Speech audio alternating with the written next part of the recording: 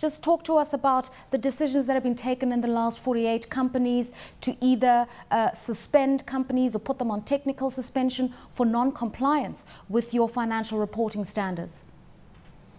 Basically, as you are aware, the major reasons why the Stock Exchange, the Securities and Exchange Commission intervened is to bring back integrity to the market. And one of the ways you must ensure that is that companies that are listed in the exchange need to provide information and that will help investors to make informed decisions and also to determine the prices of most of their the shares that are being traded on the market. And if we do not get this information, there is no way we can bring back integrity to the marketplace. Mm-hmm. And so all companies that are not abiding by the rules of the exchange are being told clearly that it's no longer business as usual. We now want the market to operate in accordance with international standards and in accordance with the rules and regulations of the exchange. So all companies that have not submitted their financials for 2008 have been technically suspended from trading in the market. And we also have sent its warning signals to those who have not even sent in their 2009 financials that in the next 4 weeks, if we do not get those financials, they'll also get the same penalty.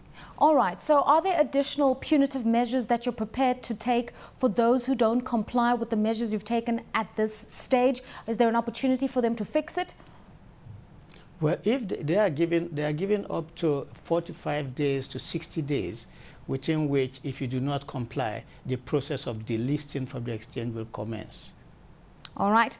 Let's talk about other issues that are happening in terms of general questions around governance at the board, at the bourse. We know that, for instance, the SEC is reported to be taking about 260 entities to a special tribunal for market abuses during the market crash of 2009. What's the status of this process? Well, what I know is that the Securities and Exchange Commission have taken these individuals and companies to the IST, which is the Investigation and Securities Tribunal, Investment and Securities Tribunal, and the tribunal is looking into those cases, and appropriate actions will be taken against the individuals and the companies.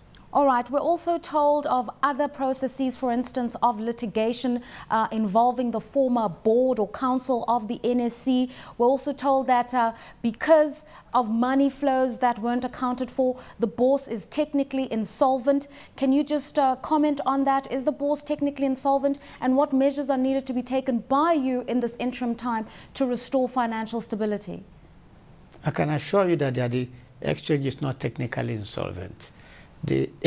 Well, there might have been fund mismanagement, but this has been addressed. However, when it comes to whether there are any fraudulent activities, the firm of KPMG is carrying out a forensic audit, and as soon as the results of that forensic audit is out, appropriate action will be taken by Securities and Exchange Commission. All right. Now, going forward, we're hoping to see a fully restructured NSC management team by the year 2011. But in terms of your responsibility to introduce new systems, what measures are you taking ahead of time? Well, we are trying to look at the rules and regulations in terms of the memorandum of an article of association of the exchange. We are trying to see how the council is composed.